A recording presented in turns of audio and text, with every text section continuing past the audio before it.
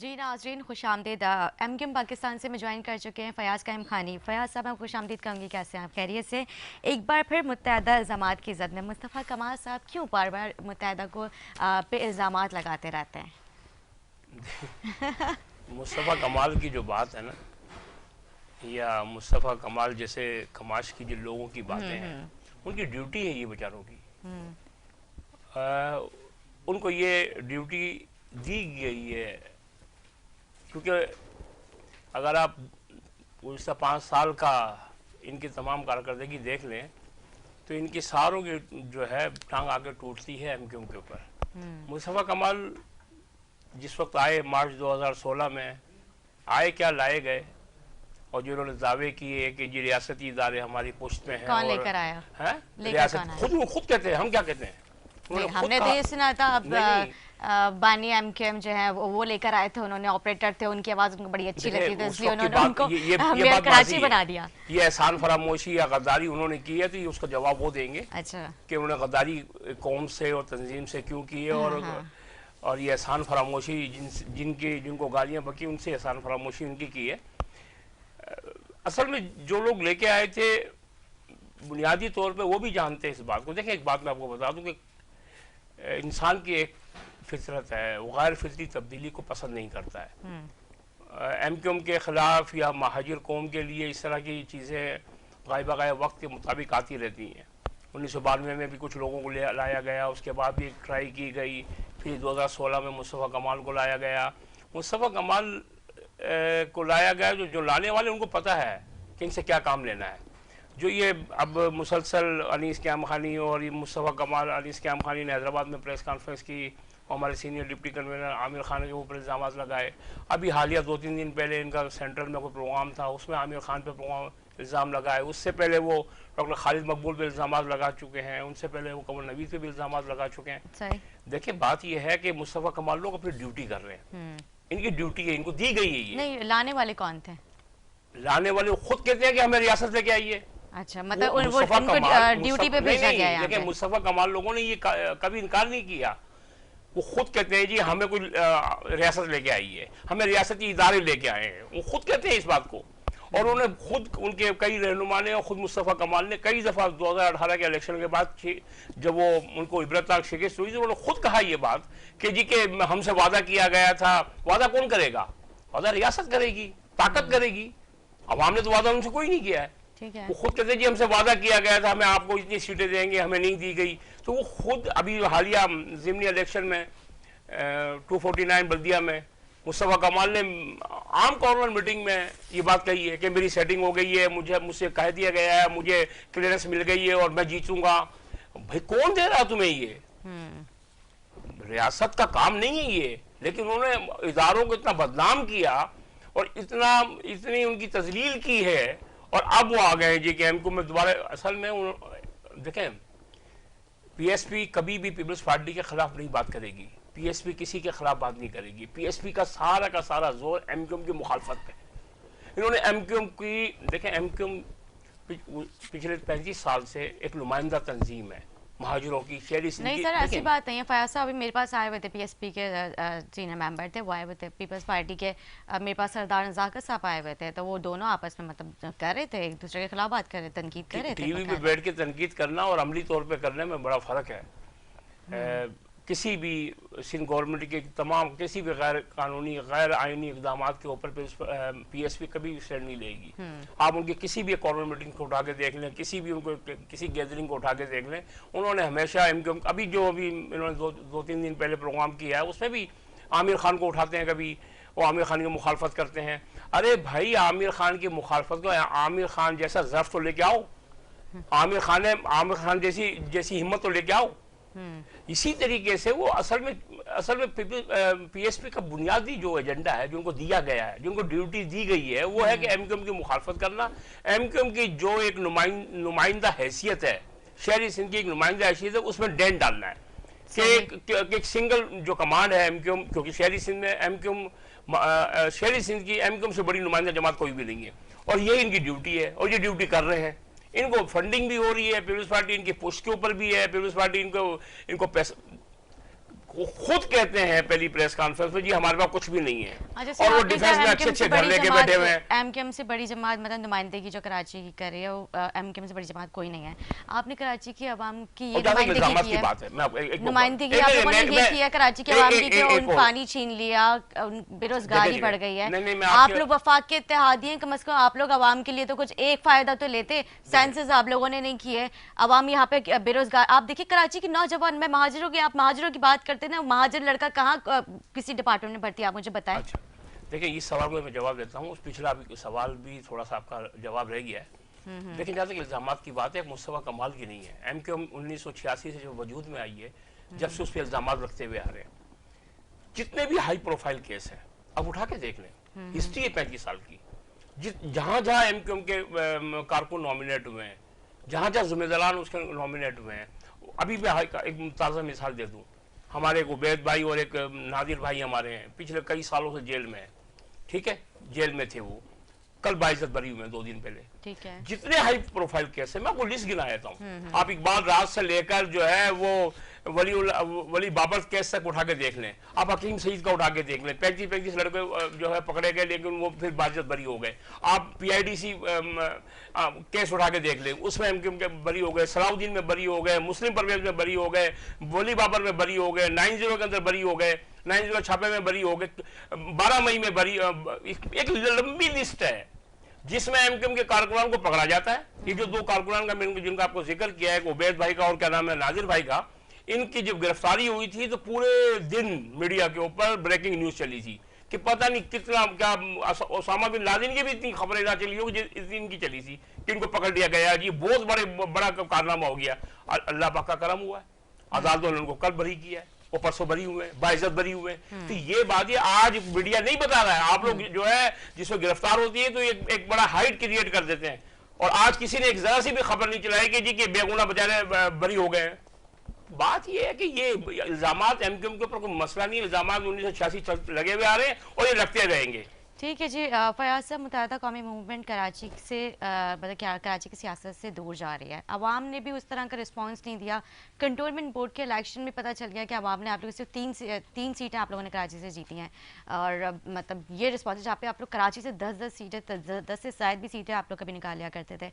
लेकिन इस बार ऐसा क्या हुआ कि कराची की सियासत में आप लोग बिल्कुल एक सन्नाटा सा छाया हुआ है, एमक्यूएम पाकिस्तान उस तरह से नजर नहीं आ पा रही। देखिए बात सुने, किसी भी इलेक्शन के अंदर 2-3 बेसिक कंपोनेंट्स होते हैं, कुछ फैक्टर्स होते हैं। इलेक्शन इस तरह नहीं लड़े जाते हैं, कोई भी सियासी जमात होती है उनको 3-4 चीजें लाजमी चाहिए होती हैं। कारकुनान लड़ते हैं, एमक्यूएम जो इलेक्शन की जो मुहिम है वो कारकुनान से चलती है, दफातर होते हैं, एक सुकून का माहौल होता है, एक खौफ का और डर का कहीं पे कोई जिक्र नहीं होता है। इलेक्शन इस तरह ही लड़े जाते हैं। पिछले समझे कि 5-7 साल हो गए, जिसमें 2018 का इलेक्शन भी आया है, एमक्यूएम पे गैर एलानिया किस्म का ऑपरेशन चल रहा है, और अभी तक चल रहा है। अब बहरहाल अब तो बहुत फर्क पड़ गया है, इसमें बहुत फर्क पड़ गया है। जिस वक्त मैं 22 अगस्त 2016 से लेके बात करूं तो एक गैर एलानिया ऑपरेशन चल रहा है, हमारे सैकड़ों कारकुन लापता, हजारों हमारे जो है जेलों में बंद है, दफातर हमारे नहीं है, एक खौफ का माहौल है। ये पुलिस और ये दूसरे ये जो मुख्तलिफ पुलिस के डिपार्टमेंट बने हुए हैं, ये छापों का सिलसिला जो है मुसलसल चलता रहा है। इशू ये है इसमें कि देखें, इलेक्शन के अंदर एक कारकुनान एक फ्री, एक बिल्कुल पुरसकून जहन के साथ कारकुनान काम करें, एक डर खौफ का माहौल ना हो। ठीक है, वाहिद एमक्यूएम है जो 2018 के इलेक्शन में, उसके बाद ज़िमनी इलेक्शनों में और ये कंट्रोलमेंट के इलेक्शन में, वाहिद एमक्यूएम ऐसी जमात है पूरे पाकिस्तान के अंदर जिसके दफातर नहीं है। ठीक है जी फयाज साहब, मैं आपके पास ठीक है, मैं आपके पास आऊँगी। अभी बीपर पे हमें ज्वाइन कर चुके हैं पाकिस्तान पीपल्स पार्टी से MNA कादिर बंदूखी साहब। कादिर साहब, जैसे आपने देखा होगा सुबह मुर्तज़ा वहाब साहब ने प्रेस कॉन्फ्रेंस की है, हुकूमत ने कीमतों में इजाफा कर दिया, पेट्रोल की 10 रुपये फिर से बढ़ा दिए हैं। इससे पहले भी कई मरतबा इसी 1-1.5 महीने में जो है पेट्रोल की कीमतों में इजाफा कर दिया गया। गरीब आदमी जो है किस तरह से अपनी ज़िंदगी गुजारेगा, ये आपसे एक सवाल है। देखिए जी, मुझसे सवाल आपका बनता नहीं है। ये सवाल आप हुकूमत से करें या ये जो एमकेएम के दोस्त बैठे हुए हैं जो इत्यादि है वफाकी हुकूमत के। अब आप देख रहे हैं जिस तरह इमरान याजी साहब वो कंटेनर पर चढ़ के 124 दिन की धरना या जो भी पार्टी को उसमें जो ऐलानात करते थे, उसमें महंगाई के खिलाफ जो बातें करते थे, उसमें बिजली के नर्ख न बढ़ने की जो बिल जलाने की बातें करते थे, आपके सामने एक एक चीज रिपीट हो रही है। बिल्कुल। आज पीपल्स पार्टी के दौर तो उससे पहले था तो और सस्ते थे चीजें, मगर नून लीग के दौर में मैं एक चीज का मिसाल दे रहा हूँ, चीनी एक 50 रुपए की थी जी। आज आपकी चीनी जो है वो 100 से 120 रुपए तक मुख्तलिफ शहरों में मिल रही है। क्या इनको कुछ शर्म आ रही है वफाकी हुकूमत को, या ये जो कंटेनर पे चढ़े हुए लोग हैं जिनने आवाम को धोखा दिया है और आज वो पर उनके खुल गए, जिसकी अपनी काबीना जो है ना उनकी मर्जी की नहीं है, वो ऐसा चीप लगाने के ख्वाब देख रहे हैं। ये सब चीज मुकाफात अमल है, ये इनके सामने चीजें आ रही है। और अब आप पेट्रोल देख लें कि अब गरीब आदमी आम तौर पे, मैं अभी कुछ दोस्तों के साथ बात कर रहा था कि अगर एक शख्स अपनी नौकरी पे जाता है, उसकी अगर जाती मोटरसाइकिल किस्तों पे लिए भी हो तो वो 1 लीटर भी अगर चलाएगा तो 134-35 रुपए तो उसको सिर्फ पेट्रोल की मत मिल गए, वो भी 1 लीटर में अगर वो जाए तो महीने के कितना हो गए आपके 3,500-4 हजार, तो सीधे साधे ये हो गए। खाना अलग। आप मुझे बताओ तनख्वाह कितनी है लोगों की, और ये जो गवर्नमेंट के लेवल पे तनख्वाह है वो उसकी मैं बात नहीं कर रहा हूँ जो 15,000 है 18,000 है। आम दफ्तरों में तो इतने पैसे भी नहीं है, आम दफ्तरों में तो आपको जो है ना वो 8,000 10,000 7,000 इसके लगभग तनख्वाह है जो चपरासी है, जो नीचे लेवल के लोगों की मैं बात कर रहा हूँ। तो सवाल ये है कि, और फिर आपको ये भी याद है जब इमरान याजी से फरमाते थे कि अगर मैं कर्ज लूं तो मैं खुदकशी करने को तरजीह दूंगा। खुदकशी का मशवरा मैं नहीं दूंगा, इस वजह से खुदकशी आराम है। लेकिन आप देख रहे हैं कि जो नवाज शरीफ साहब पीपल्स पार्टी के दौर में वो 10,000 अरब का कर्ज के ऊपर जो तनकीद करते थे, आज उनने 17,950 अरब अभी तक ले चुके हैं और मजीद 2 साल 1.5 साल बाकी है। तो ये सारी चीजें तो अवाम के सामने है। और फिर मैं एक और भी बात करूं, एमकेएम के दोस्त से सवाल करना चाह रहा हूं। जी जी बिल्कुल। जो धांधली उन्होंने कराची में की है, जिस तरह की है, यकीनन एमकेएम को ज्यादा नुकसान हुआ है, मैं इस चीज का एतराफ करता हूं। तो एमकेएम खामोश क्यों हुई? एमकेएम इस बात पे क्यों खामोश हो गई कि जब इतनी बड़ी लेवल पे जो बंदा काउंसलर नहीं जीत सकता था आज वो फाकी वजीर है, जो बंदा यूसी के चेयरमैन का सीट नहीं जीत सकता था आज एमएनए बना हुआ है। तो ये सारी चीजें तो खुद एमकेएम को उठाना चाहिए उस बेस पे कि ये सारी चीज कर दे। और फिर उसके बाद बल्दियाती इलेक्शन के हवाले से जो एमकेएम के दोस्त कर रहे हैं, क्योंकि मैं लॉ एंड जस्टिस कमेटी के मेंबर हूँ, यकीनन बल्दियाती इलेक्शन होने चाहिए, वक्त होने चाहिए, मगर बजट में एलोकेट किए 5 अरब रुपए इसके लिए मर्दमशुमारी के लिए। और मर्दमशुमारी कब होगा? 1 अगस्त 2022 से लेके 20 अगस्त 2022 यानी अगले साल। तो अगले साल आपने जब मर्दमशुमारी आप अगले साल करो और बल्दियाती इलेक्शन आज कैसे कराओगे आप? और किस कानून के तहत कराओगे, किस मर्दमशुमारी के तहत कराओगे, किस हल्का बंदी के तहत कराओगे? तो ये बहुत सारे सवाल है। तो मैं ये समझ रहा हूँ कि ये हुकूमत आप देख रहे हैं, वो कहते हैं ना, मैं नाम नहीं लूंगा, वो कहते हैं कि जिसकी मौत आती है वो शेर की तरह रुख कर लेते हैं, वो एक इसके बारे में जानवर के बारे में कहते हैं। तो सवाल ये है कि जिसकी अपनी काबीना ना हो वो ऐसा चीज लगाने की जो ना वो शर्तें लगा रही हैं। आप देखिए इस केस का अंजाम काम होगा। अपोजिशन तो खामोश बैठे, हमने तो कुछ नहीं कहा। 6 अक्टूबर से लेके आज तक अभी तक वो ड्रामा शेख रशीद, जिसको इमरान नियाजी साहब चपरासी ने लगा रहा था, ये वफाकी वजीर दाखिला बना हुआ है और हर केस का हर डिपार्टमेंट का वो तर्जमान बना हुआ है। आजकल उसकी भी बोलती बंद है। जब मीडिया वाले से पूछते क्या हुआ तो वो आगे से निजी फवाद चौधरी जवाब देगा, फुला देगा। तो ये सारी चीजें मैं समझ रहा हूँ कि बजाय आवाम को रिलीफ देने की, बजाय नवाज शरीफ के दौर की महंगाई को मेंटेन करने की, वो मेंटेन भी तो नहीं कर सका, उसे तो डबल ट्रिपल वो रेट ले गया। फिर ये बात कर रहे हैं ईवीएम मशीन का, जो एक डब्बा मशीन लाए, ये चाह रहे हैं 2023 का इलेक्शन वो एक बटन दबा के जीत जाए, क्योंकि बहुत सारे प्रोसेस गुजरना पड़ता है जो से दानली करते हैं ये। तो सवाल ये है कि उस चीज को लेके फिर इन्होंने इलेक्शन कमीशन पे चढ़ाई की है, अदालतों के ऊपर चढ़ाई की है। आज उन्होंने अफवाज पाकिस्तान जो पहले दिन से ये इमरान नियाजी का अजाब जो इस मुल्क पे नाजिल हुआ है, तो ये कहते थे हम और अदारे एक पेज पे, तो सबसे पहले पेज तो उन्होंने पाड़ दिया। अब आपके सामने की सूरत हाल है ISI चीफ के हवाले से। भाई फौज का दायरा है, उसका अपना एक मुनज़्ज़म तरीका है, वो जिसको चाहे, आपको क्या पता, आपको क्या पता कौन आदमी आईएसआई चीफ के लिए फिट है, कौन नहीं फिट है, आप वो करे और फिर पंगा किससे ले रहे हो? किसने आपको लाया? ठीक है किसने कादिर आपको साहब, कुर्सी में बिठाया? वरना आप तो इस काबिल ही नहीं थे। कादिर साहब मैं आपसे गुफ्तगू करूंगी, आप प्लीज कॉल पे रुकिएगा। फयाज साहब का मैं जवाब चाहूंगी। फयाज साहब आप जवाब, आपने सुना कादिर साहब की गुफ्तगू, आपके क्या जवाब? कादिर भाई की कुछ बातों से हम मुत्तफिक हूं मैं, ठीक है। और पार्टी पॉलिसी के अलावा भी जिस इलेक्ट्रॉनिक मशीन पे बात की है तो एमक्यूएम का मौके बिल्कुल बिल्कुल वाज़ेह है। इलेक्शन कमीशन मानती है, इलेक्शन कमीशन अगर मानता है उसको आप इलेक्शन तो इलेक्शन कमीशन ने करवाने हैं ना, किसी सियासी पार्टी ने तो करवानी नहीं है।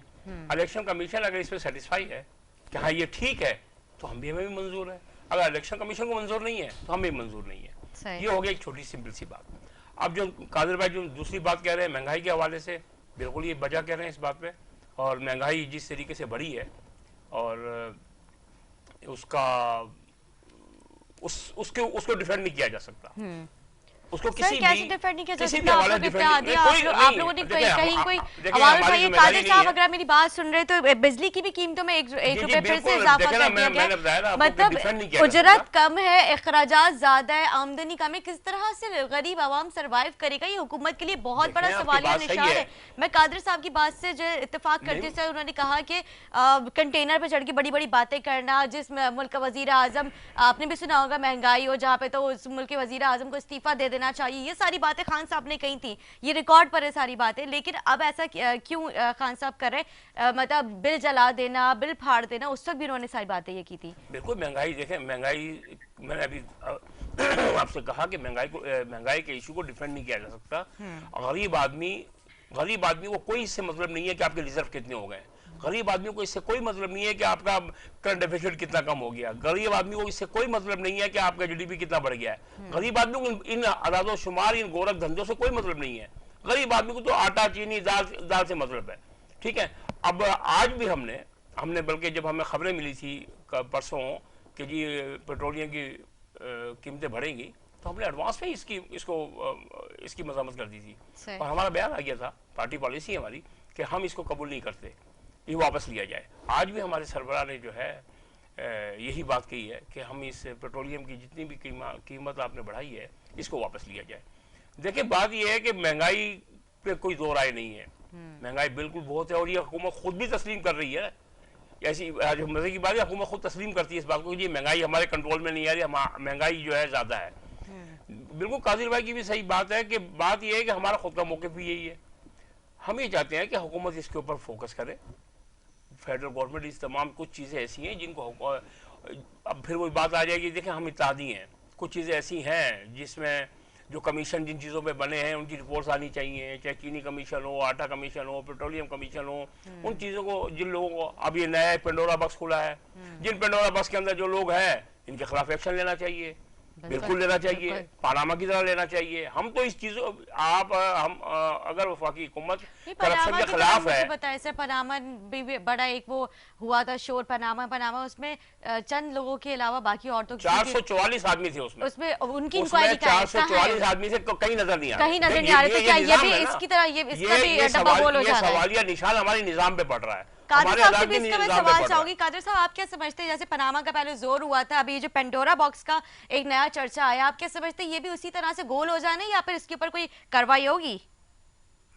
देखिए मैम, सबसे पहले तो आप इमरान नियाजी साहब की बातें याद रखना जब उन्होंने नवाज शरीफ साहब के बारे में कहा कि वो इस्तीफा दे दे, अगर वो क्लियर होता है तो वापस आ जाए अपनी सीट पे। याद है आपको ये बात है? हमारे एमकेएम के दोस्तों को याद होगा ये बात, ठीक है?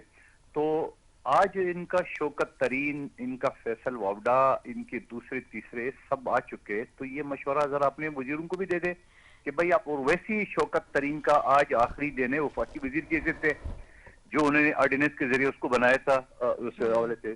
तो मैं समझ रहा हूँ कि जब आप अपने लिए कोई मिसाल कायम नहीं करते हो तो आप दूसरों को, कहते हैं ना दुनिया में दो काम बड़े आसान है, किसी को मशवरा देना, किसी पे तनकीद करना। तो बाप जो मशवरे हमें दे रहे थे या अपोजिशन को दे रहे थे, आज वो मशवरे पे आप खुद अमल करो। आपका शौकत तरीन, आपका फैसल वाडा, ये सारी चीज है। मैं 3 साल 3.5 साल हो गए, मेरे जूते घिस गए। मैं सुप्रीम कोर्ट का वकील हूँ, high court Islamabad, high court Sindh, election commission, आज तक कोई अदालत फैसल वाडा से ये जवाब तक नहीं ले सका कि आया आप दोहरी शहरियत हो कि नहीं हो, वो भी मैंने सबूत दिए, डॉक्यूमेंट्स दिए, एफिडेविट दिए। उस एफिडेविट को हाँ या ना में आज 3.5 साल गुजर गए जो उसे कोई ले नहीं सकता। तो मेरे भाई आप क्या बातें कर रहे हो, आप किसको करे हो? और ये सारी चीजें पलट पलट के आपके सामने आ रही है। पेंडोरा जो सब मामला आ रहा है, और दूसरी बात ये कि आटा चीनी कमीशन बना, आपको याद होगा मैम, जब अपोजिशन तनकीद करते तो कह रहे नहीं अभी कमीशन बना है, जरा इसका रिजल्ट आने दो, फंडिंग आने दो। रिजल्ट भी आ गया, फंडिंग भी आ गया, रिकमेंड हो गया खुसरो बख्तियार का, उसकी भाई का जहांगीर तरीन के खिलाफ। और मुझे ये भी हैरत हो रही एज ए वकील कि ये पहला केस है जिसकी बकायदा रिकमेंडेशन कमीशन की, यानी एसएचओ का बनाया हुआ झूठा केस नहीं है, कमीशन का बनाया हुआ केस है। और उसमें जहांगीर तरीन और उसका बेटा जो है ना वो जमानत के डॉक्यूमेंट्स वापस लेते हैं, और एफआईए और जो दूसरे अदारे पुलिस वो कहते हैं नहीं जी हमें इसकी रिक्वायर्ड नहीं है उनकी गिरफ्तारी। तो आप मुझे बताओ इससे बड़ा एनआरओ और क्या हो सकता है?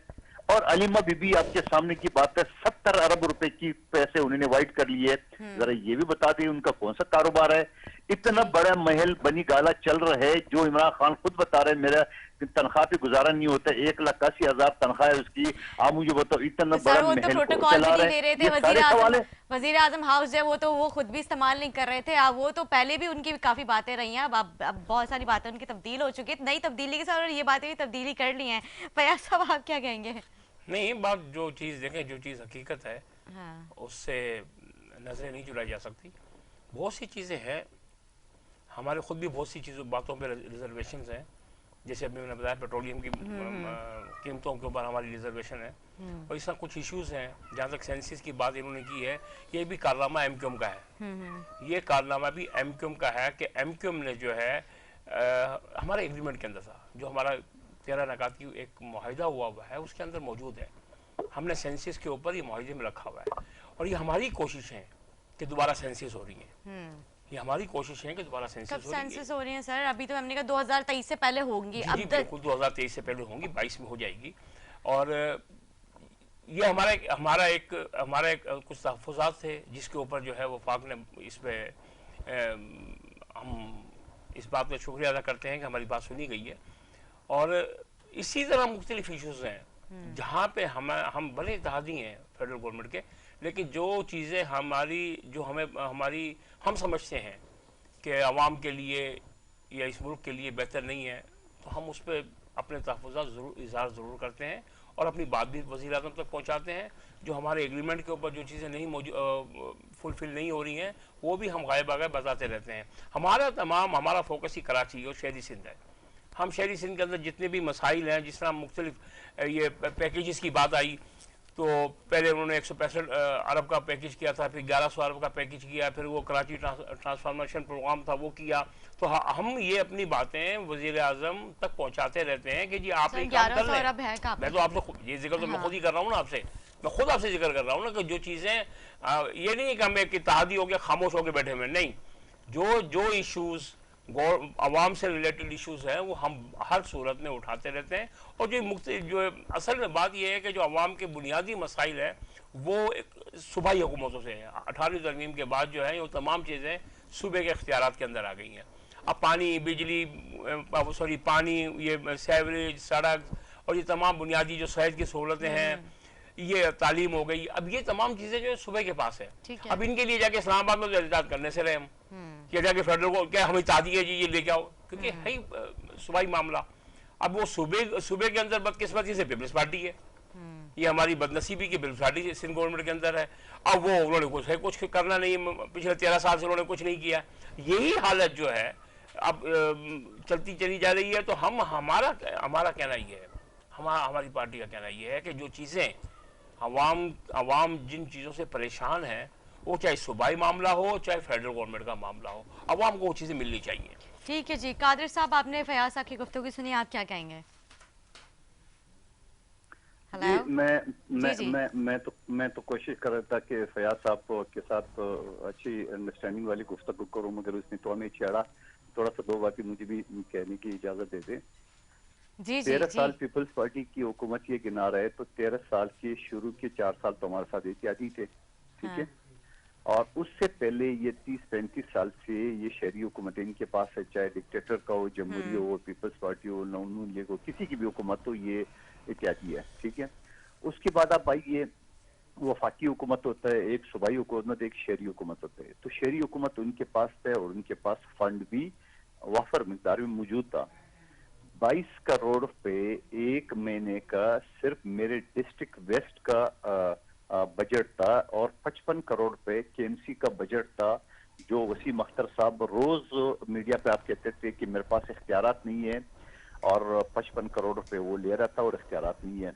और फिर आपको याद होगा, मैं उस केस में वकील भी हूँ सुप्रीम कोर्ट में, कराची बदामी केस में। तो जी। ये हर मर्तबा मीडिया के सामने तो ये कहता था कि मेरे पास इख्तियारात नहीं है, और सुप्रीम कोर्ट में खामोश होता था। और आखिरी दिन में उसने सुप्रीम कोर्ट के सामने, चीफ जस्टिस साहब गुलजार साहब थे, तो उन्होंने कहा कि भाई मेरे पास इख्तियारात नहीं है। तो चीफ जस्टिस साहब के वो अल्फाज आपकी तमाम मीडिया ने नशर कर दिए। उसने बोला अगर इख्तियारात नहीं है तो जान छोड़ो कराची की। ये अल्फाज है, तमाम मीडिया ने नशर किए वसीम अख्तर साहब के बारे में। ठीक तो है। बात ये है कि ये इख्तियारात ना होना ये तो 30-35 साल से, और पाकिस्तान की तारीख में पहला गवर्नर इनका इशरतुल बाज़ साहब 14 साल रहे। पाकिस्तान की तारीख में किसी पार्टी का बड़ा गवर्नर नहीं रहा है। बिल्कुल तो ऐसे ही है। 35 साल अगर मैं इनसे हिसाब मांगूं कि ये कराची को 35 साल में आपने कहां तक छोड़ दिया, चलो उसको भी छोड़िए। और अभी 6 महीने पहले जब तक बलदियाती इदारे इनके लोग मौजूद थे सब, वो तो आप देख रहे हैं हर तरफ कचरा कचरा नजर आता था, आपकी मीडिया नजर करता था। हम्म। क्या आज जो पीपल्स पार्टी की सूबाई हुकूमत, क्योंकि बलदियाती इदारे नहीं है या वो जो नाजमीन वगैरह नहीं है, तो पीपल्स पार्टी डायरेक्ट मॉनिटर कर रही है, मुर्तजा अवास साहब हमारे आ गए, क्या आपको वो कचरे अभी है? मैं नहीं कहता हूँ कचरे नहीं है, मगर इस तरह कचरे है कि 6 महीने साल पहले जो आपको मीडिया नशर करते थे हर गली मोहल्ले में, तो ये सारी चीजें तो है इसमें। अब अगर मैं मजीद बात करूं तो वो इल्जाम के ऊपर इल्जाम हो जाएगा, लेकिन मैं फिर भी तवक्को करता हूं, मैं फिर भी एमक्यूएम के दोस्त से ये कहना चाह रहा हूं कि भाई आप वो वफाकी हुकूमत में इस वक्त इत्यादी हो, ये सारी चीजें आप अपनी जबानी भी एक्सेप्ट कर रहे हो कि महंगाई है, लॉ एंड ऑर्डर है, सब कुछ है। तो भैया आप अगर ये सब कुछ एक्सेप्ट कर रहे हो और फिर भी उसकी इत्यादी हो, तो आप फिर जुर्म के बराबर शरीक हो गए। कल का आप इलेक्शन में जाएंगे, आप अपने आवाम को क्या जवाब देंगे? आप बोलेंगे वफाकी हुकूमत करप्ट थी, महंगाई थी, सब थी, तो अगला जवाब यही आगे जो मैं आपके सामने करूं, आप तो इत्यादी थे। तो या तो इसके इतिहास से आप निकल जाए या उसके सामने खड़े हो जाए। अमीनुल हक साहब इनकी आईटी मिनिस्टर मेरे साथ बैठे हुए थे अभी 2 दिन पहले किसी चैनल पे, कह रहे कि नैब ऑर्डिनेंस में हमसे मशवरा नहीं किया है। तो मैंने उस वक्त जवाब दिया, अमीनुल हक भाई, नैब ऑर्डिनेंस जो आदमी जारी कर रहे हैं वो तो खुद आपका वजीर है, फरूक नसीम साहब। वो फरूक नसीम साहब किसका वजीर है? आपकी पार्टी का वजीर है। या तो आप ये कहो कि हम एमक्यूएम पाकिस्तान है, वो एमक्यूएम रावलपिंडी है, तो भी फिर मैं मान लेता हूँ। तो भाई आपका अपना वजीर नैब का चेयरमैन का ऑर्डिनेंस तो जारी करे, कानून साजी में उस कमेटी के भी मेंबर हूँ पीपल्स पार्टी की तरफ से, लॉ एंड जस्टिस का, ये वजीर कानून है, सारे काम कर रहा है। तो कहने का मेरा मतलब है कि आप हुकूमत की गफलत, महंगाई, ये सारी चीजों के ऊपर आप खामोश रहेंगे, कल आप 2023 के इलेक्शन में आप आवाम को क्या जवाब दे? आपके पास नहीं होगा। यकीनन कराची की पढ़ी लिखी आवाम है, आप उसको ये बोलेंगे हमने एहतजाज किया, आप उनको ये बोलेंगे हमने बात काबीना में इशू कर दी, अगला बोले नहीं। आप उस हुकूमत के साथ छिपटे रहे, आप उनके साथ बैठे रहे, आप बाहर क्यों निकल आए? और ये भी मैं आपको एडवांस बता दूं मैम कि ये एमक्यूएम की हुकूमत जो है ना, ये 2023 के इलेक्शन से 4-6 महीने पहले निकल आई थी। ये भी मैं आपको बता दूं कि थोड़ा सा उनका मजाज भी ऐसा कि वो आवाम के सामने आने के लिए हम एहतजाज कर रहे, कराची की बात नहीं मानी है वो सारे। और फिर सबसे बढ़कर जब खुद डिस्ट्रिक्ट सेंटर जो मेन एमक्यूएम का गढ़ है, वहां जो नवाज शरीफ साहब के दौर में ग्रीन लाइन हो गया, तो ये 80% मुकम्मल हो गया था काम, और 2018 तक मुकम्मल होना था। अब नवाज शरीफ की हुकूमत ने वो पूरा मुकम्मल नहीं किए। 2018 से लेके आज 2021 में ये सिर्फ 40 बसें ला चुके हैं, और 40 बसें तो ला चुकी है, अभी इनकी ड्राइवरों की, कंडक्टर की भी तलाश है, पता नहीं उसको कितना अर्सा लगेगा। तो आप जिसके इत्यादि वो ये जो मेन ग्रीन लाइन है, वो अभी तक 3-3.5 साल के बाद क्या 2-3 ब्रिजेस बना दिए उन्होंने, और क्या कर दिए, लेकिन मनसूबा मुकम्मल तो नहीं हुआ। तो ये सारी सवाल आपसे 2023 के इलेक्शन में कराची की आवाम, मीरपुर खास की, हैदराबाद की आवाम आपसे पूछेगी, आप बरील जुमा नहीं हो सकेंगे। अल्हम्दुलिल्लाह मैं फख्र से कहता हूँ, मेरा सीट पीपल्स पार्टी ने 33 साल बाद इस सीट को जीता है। 33 साल बाद 88 में हमारा आखिरी एमएनए यहाँ से रह चुका है।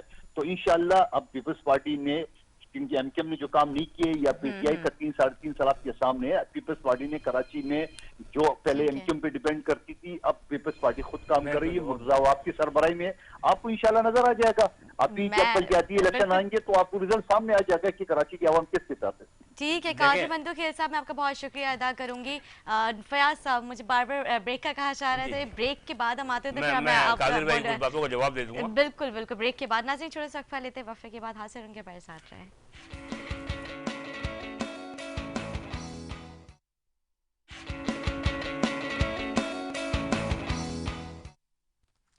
जी नाज़रीन खुश आमदीद। जी फयाज साहब, आपने ब्रेक से पहले कादिर बंदू खेल साहब की गुफ्तगू सुनी, तो आप चाह रहे थे जवाब देना। जी बिल्कुल जवाब दे देता हूँ। असल में जब उन्होंने कहा कि जी हम क्या 2023 में या उस इलेक्शन में क्या लेके जाएंगे, तो अवाम को क्या जवाब देंगे। देखिए अवाम बहुत बाशऊर है, वो ज़माना लग गया है जब सिर्फ नारों के ऊपर मामला चलते थे। अवाम को पूरा मालूम है, अवाम जानती है कि वाटर बोर्ड किसके पास है, अवाम को ये भी पता है ये कचरा जो है सॉलिड वेस्ट किसके पास है। सर ये भी अवाम को पता है पहले भी किसके पास था। नहीं, अवाम बिल्कुल जानती है, अवाम बिल्कुल जानती है कि बल्दियाती इदारों के ऊपर काबिज कौन है। अवाम को पता है ये जो बिल्डिंग है जो इलीगल कंस्ट्रक्शन हो रही है तो ये SBC किसके पास है, अवाम को सब पता है। अवाम को ये पता है कि सॉलिड वेस्ट कचरा नहीं उठाती है। अवाम को ये भी पता है कि बकराईद पे आलाइशों का क्या हाल हुआ था। अवाम अब बाशऊर है, अवाम को हमें बताने की जरूरत नहीं पड़ती है। अवाम को सब इल्म है कि रोड स्ट्रीट्स और ये तमाम मामला कैसे ख़राब हुए हैं। अवाम को ये भी पता है ये सेहत की सहूलत कैसे ख़राब हुई है। अवाम को ये भी पता है कि अब्बासी का हाल क्या हुआ है। अवाम सब जानते हैं ये पीपल्स पार्टी का किया हुआ है। सर अब्बासी जिन्ना सबका ये हाल है। नहीं, जो जितने भी इदारे हैं शहरी सिंध के अंदर और जो बल्दियाती इदारे हैं उन पे ही काबिज है सारों पे। अवाम को इल्म है कि जो शहर का या शहरी सिंध का बिलखुसूस कराची का जो बेड़ा गर्क किया हुआ है पीपल्स पार्टी ने किया हुआ है। इसलिए हमें बताने की जरूरत नहीं पड़ती अब। और ये तमाम पूरी अवाम को इल्म है कि पीपल्स पार्टी किसी भी सूरत के अंदर इस शहर की भलाई नहीं चाहती है। तो इसलिए अवाम को तो इस बात का इल्म है। अब K4 जो है 2007 से पेंडिंग में पड़ा हुआ, तो आम पढ़ा लिखा बादशाह और आदमी जानता है। ग्रीन लाइन का जो कादिर भाई ने बताया, तो ग्रीन लाइन का वफाक तो अपना काम कर चुकी थी, वो तो अपना पैसा दे चुकी थी। बसें लानी थी आप लोगों ने, लेकिन वो आप लोग लेके नहीं आए। ये जो 7 साल से पेंडिंग में पड़ा हुआ मामला, आपने अपने साथ ग्रीन लाइन के साथ अपने ऑरेंज लाइन शुरू की हुई अलोंगी रॉन से, लेकिन वो भी कंप्लीट नहीं हुई। लेकिन सर कचरा की तो जहाँ तक बात है, चाइनीज कंपनी को कितने टाइम से ठेका दिया हुआ है? सॉलिड वेस्ट के पास है, इसी गवर्नमेंट के पास है, ये बल्दिया के पास नहीं है। कचरा उठाने का जो चाइनीज कंपनी को जो ठेका दिया था, चाइनीज कंपनी को सॉलिड वेस्ट जो मैनेजमेंट है उन्होंने चाइनीज कंपनी को ठेका दिया हुआ। इसमें एक और अलमिया ये है, जो बदकिस्मती है, वो चाइनीज कंपनी से जो पेटी ठेके लिए हुए हैं वो पीपल्स पार्टी के लोगों ने लिए हुए। चाइना को चाइनीज नजर आ रहा है आपको उठाते हुए? कोई चाइनीज आपको कचरा उठाते हुए नजर आ रहा है क्या? कभी नहीं नजर आएगा। और ठेका किसके पास है? चाइना के पास, चाइना कंपनी के पास। चाइना कंपनी को उन्होंने ठेके दिए हुए अरबों रुपए के, और उससे जो पेटी ठेके होते हैं सब जो ठेकेदार होते हैं वो इन्होंने लिए हुए। चाइनीज कौन सी कंपनी, आपका नाम पता है? पता नहीं, कोई नाम थी एक, पहले मुझे मेरे जहन से निकल गया। एक नाम मुझे मालूम था क्योंकि मैं वेस्ट के अंदर देख चुका हूँ उसको। इनकी कुछ चल रही थी, नेगोशिएशन चल रही थी बल्दिया के साथ। लेकिन बात मैं कह रहा हूँ उसके पास नहीं है। वो एक सिंबलिक जो है वो सिर्फ है, एक सिंबलिक है कि जी चाइना कंपनी को ठेका। बुनियादी तौर पे तो वो जितना भी निजाम है सॉलिड वेस्ट का, ये पीपल्स पार्टी के लोगों के पास है। इन्होंने पेटी ठेके लिए हुए। ये सब ड्रामा एक पूरे का पूरा खेल खेला हुआ इन लोगों ने। SBC देख लो उठा के पूरी कराची का बुरा हाल कर दिया है। K4 मंसूबे 2007 से पेंडिंग में है। आम आदमी को पता है पानी नहीं है कराची के अंदर, आम आदमी को पता है कि पीपल्स पार्टी नहीं। लेकिन सर ये पानी का आज का मसला तो नहीं है, 2-4-5 साल का ये मसला काफी टाइम से मसला चलता है, कई सालों का मसला है ये, जो कि अभी सही हो ही नहीं पा रहा है। पहले K3, अब K4, K2, K3, अब K4 पे आ चुके हैं। K3 बनाने वाली MQM है, ठीक है। उसके बाद ये प्रपोजल K4 का भी MQM लेके आई। MQM ने ही परवेज मुशर्रफ से इसको अप्रूव करवाया, MQM ने प्लानिंग कमीशन से इसको अप्रूव करवाया। ये MQM का ही मंसूबा 2007 का, ठीक है। उसके बाद 2007 से लेकर 2021 आ गया, लेकिन ये मंसूबा आज तक। लेकिन सर जहां तक मेरी इन्फॉर्मेशन है, जमात इस्लामी ने पहले इसके पर आवाज उठाई थी K4 मंसूबे पे। नहीं, मेरी आवाज तो जमात इस्लामी उठाई। K3 सॉरी, बिल्कुल देखिए, वो देखिए कुछ काम होते हैं जो एक कंटिन्यूएशन होता है किसी भी काम का, ठीक है। हमसे पहले जो नाजिम थे वो जमात इस्लामी के थे, नेमतुल्लाह साहब, ठीक है। कुछ चीजें जो छोड़ के गए हुए थे वो हमने कंप्लीट की। बात यह है कि जितने भी शहरी से स्पेशली कराची के अंदर जितने भी मामला हैं, जिस तरह ये कहते हैं कि 35 साल हम रहे और 37 साल हम रहे, कि जो कराची में जितना भी इंफ्रास्ट्रक्चर है ना, ये MQM ने बनाया हुआ है। कोई शख्स भी इनकार नहीं कर सकता। ठीक है, कोई शख्स भी इस बात से इनकार नहीं कर सकता कि जितने ही अंडर बाईपास हैं ये एमक्यूएम ने बनाए, जितने ब्रिजेस हैं ये एमक्यूएम ने बनाए, जितने भी ये सिग्नल फ्री कॉरिडोर्स हैं ये एमक्यूएम ने बनाए, ये लाइंस एरिया कॉरिडोर एमक्यूएम ने बनाया, जितने पार्क्स हैं मॉडल एमक्यूएम ने बनाए, जितने ये कॉलेजेस का है ये एमक्यूएम ने बनाए, लांडी में मेडिकल कॉलेज एमक्यूएम ने बनाया, बल्दिया में 100 बेड का हॉस्पिटल एमक्यूएम ने बनाया, ये ट्रॉमा सेंटर हमने बनाया वासी के अंदर। जितना भी इंफ्रास्ट्रक्चर है कराची के अंदर, ये जितना भी नजर आ रहा है, जो भी मौजूद है, टूटा फूटा जो भी नजर आ रहा है, ये सब एमक्यूएम ने बनाया हुआ है। ठीक है सर, दौर निजामत मुस्तफा कमाल साहब की अच्छी थी या फिर जमात इस्लामी के जो नेमतुल्लाह साहब एक नेमतुल्लाह साहब, नहीं, मैं इनको अल्लाह पाक उनको जिन्हें नसीब करे, मरे हुए आदमी को बोलना नहीं चाहिए किसी भी सूरत में, लेकिन बहरहाल वो एक अच्छे आदमी थे। और परवेज मुशर्रफ, क्योंकि वो खुद भी उन्होंने अच्छे पैकेजेस दिए थे उनको, और परवेज मुशर्रफ की खुद का भी अटेंशन थी कराची के हवाले से। नेमतुल्लाह खान ने भी अच्छा काम किया है, हम उस बात से इनकार नहीं करते कि उन्होंने काम खराब किया, लेकिन क्या है कि जितनी जो एक मैन पावर होती है, देखें एक मेयर या एक नाजिम का होना जरूरी है, उसके पीछे एक टीम का होना बहुत जरूरी है। एमक्यूएम के पास एक पूरी टीम है काम करने के लिए, और एमक्यूएम ने जब मुस्तफा कमाल नाजिम थे तो मुस्तफा कमाल तो एक देखें एमक्यूएम का एक काम मैं आपका एमक्यूएम की नुमाइंदगी कर रहा हूँ, ठीक है ना, लेकिन मेरे पीछे इस सारी पॉलिसी बनाने में, तमाम बातें बताने में ये पीछे पूरी टीम मौजूद है। सही बात है, ठीक है ना। ये इस तरह अब आज ये मुस्तफा कमाल बोलते मैंने ये किया, मैंने किया, मुस्तफा कमाल ने कुछ नहीं किया, एमक्यूएम ने किया हुआ था। लेकिन ये बात हर बाशऊर आदमी जानता है, और खामखा मीडिया में प्रोपेगेंडा करने से इससे कोई फायदा नहीं है। ठीक है सर, कराची के मसाइल पर सबसे ज्यादा आवाज उठाने वाली जमात मुत्तहिदा थी, लेकिन अब हुकूमती नाअहली पर खामोशी इख्तियार क्यों कर दी है? नहीं, हुकूमती नाअहली के ऊपर नहीं की हुई है। देखिए मैंने अभी थोड़ी देर पहले आपको बताया था कि जो इश्यूज फेडरल गवर्नमेंट से रिलेटेड है हम उस पर बोलते हैं, हम बिल्कुल बोलते हैं। महंगाई है हम इस पर बोलते हैं, करप्शन है हम उस पर बोलते हैं, नेब के ऊपर है। अभी अभी अभी कादिर भाई ने बताया कि अमीन भाई ने अभी कहा कि जी हमें जो है हमसे कंसल्टेशन नहीं की गई, ठीक है। सेंसिस है हम बोलते हैं। अब बात यह है कि जो ज़्यादा मेजॉरिटी इश्यूज है ना, अवामी जो रिलेटेड इशू है, वो सिंध गवर्नमेंट से मुंसलिक है, क्योंकि 18वीं तरमीम के बाद वो तमाम मामला सबके सब जो अवामी मसाइल के जो मसले हैं वो सूबाई हुकूमत के पास है। इसलिए हम मुसलसल पीपल्स पार्टी को कहते हैं कि जी आप काम करो, फला चीज़ें करो, लेकिन बात यही आ गई ना कि पीपल्स पार्टी ने काम करना ही नहीं है। ये तमाम लोगों को इल्म है पीपल्स पार्टी ने कराची के अंदर काम नहीं करना है। और जहाँ तक मामला है फेडरल गवर्नमेंट के, देखें मैंने आपको अभी थोड़ी देर पहले बात कही है कि हम जाके फेडरल गवर्नमेंट के पास जाके पानी का रोना नहीं रोक सकते हैं, हम सीवरेज का नहीं रोक सकते हैं, सूबाई मामला है, इसलिए हम सुबह को बोलते हैं। लेकिन सर आप लोग कराची की नुमाइंदगी करते हैं, आप लोग कम से कम कराची के लिए आवाज़ तो उठा सकते हैं ना थोड़ी बहुत। बिल्कुल उठाते हैं, हम फेडरल गवर्नमेंट में उठाते हैं। ये जितना देखें अब ग्रीन लाइन का जो मामला जा रहा है ये हमने वहाँ शोर किया है ना, हमने फेडरल गवर्नमेंट में शोर किया है इस बात का।